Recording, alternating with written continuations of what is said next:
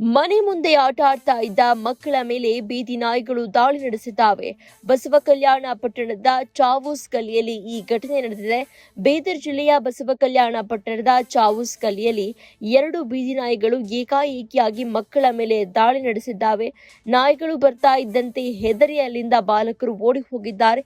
ಆದರೆ ಮಕ್ಕಳ ಬೆನ್ನನ್ನ ಬಿಡದಂತಹ ಈ ನಾಯಿಗಳು ಮಕ್ಕಳಿಗೆ ಕಚ್ಚಿರುವಂತಹ ದೃಶ್ಯವನ್ನ ನೀವು ಗಮನಿಸ್ತಾ ಇದ್ದೀರಾ.